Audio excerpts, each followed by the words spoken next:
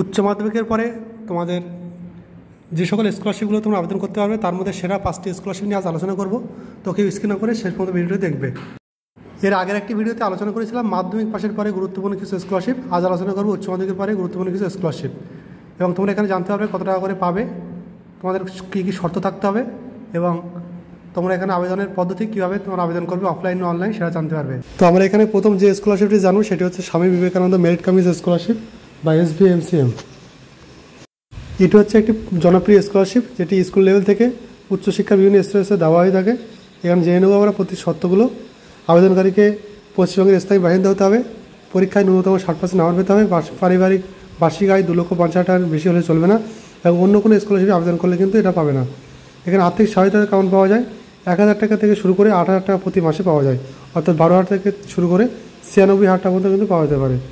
এখানে বিভিন্ন পেশাগত কোর্সে কিন্তু আলাদা আলাদা আমরা দেখতে পারি। এবার দেখবো আমরা আবেদনের প্রক্রিয়া। এখানে কিন্তু সম্পূর্ণ অনলাইন আবেদন করতে হয়। তার ওয়েবসাইটটা দেখতে পাচ্ছ sbmcm.wbacd.gov.in। দ্বিতীয় গুরুত্বপূর্ণ যে স্কলারশিপ সেটি হচ্ছে নবান্ন স্কলারশিপ। তোমরা দেখতে পাচ্ছ এই নবান্ন স্কলারশিপের বিষয়ে আমরা জানবো। এখানে আমরা দেখতে পাবো যারা 60% নাম্বার পায়নি তারা কিন্তু স্কলারশিপ আবেদন করতে পারবে। তোমার যোগ্যতা থাকতে হবে পশ্চিমবঙ্গের স্থায়ী বাসিন্দা, এবং পরীক্ষায় ন্যূনতম 50% তোমাদের নাম্বার পেতে হবে। 60% নাম্বার না পেলে এটা আবেদন করতে পারবে।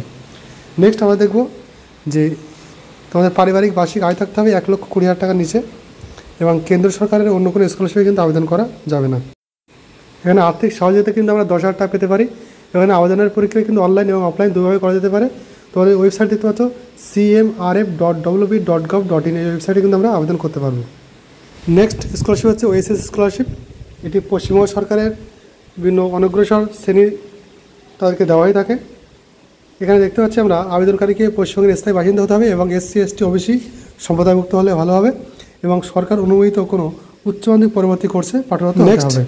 পারিবারিক আয় সাধারণ SC STদের জন্য 2,50,000 টাকা, এবং OBCদের জন্য 1,00,000 টাকা নিচে থাকতে হবে। এখানে কিন্তু আমরা কোর্সের প্রকৃতি এবং স্তর অনুযায়ী আর্থিক সহযোগিতা পেয়ে থাকবো।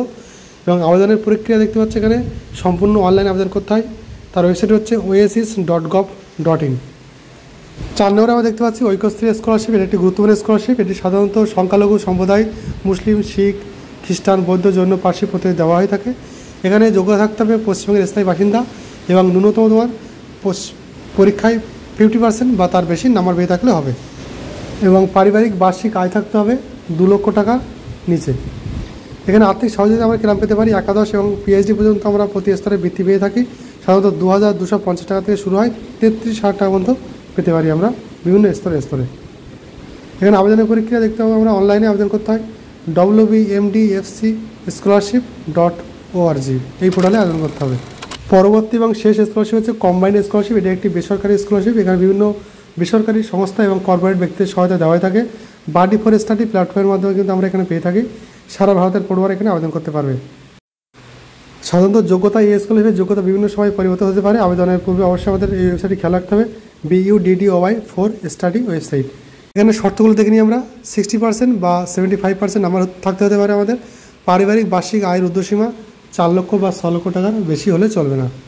এবং আমাদের এই স্কলারশিপ আমরা কেমন টাকা পেতে পারি, এখানে কিন্তু বিভিন্ন প্রয়োজন এবং যোগ্যতা অনুযায়ী 6,000 টাকা থেকে শুরু হয়, এবং তার আরও বেশি পেতে পারি। নেক্সট দেখব আবেদন প্রক্রিয়া। BUDDOY for study .com এই ওয়েবসাইটে গিয়ে আমরা আবেদন করতে পারবো। তো আজ ছিল স্কলারশিপের এই আপডেট।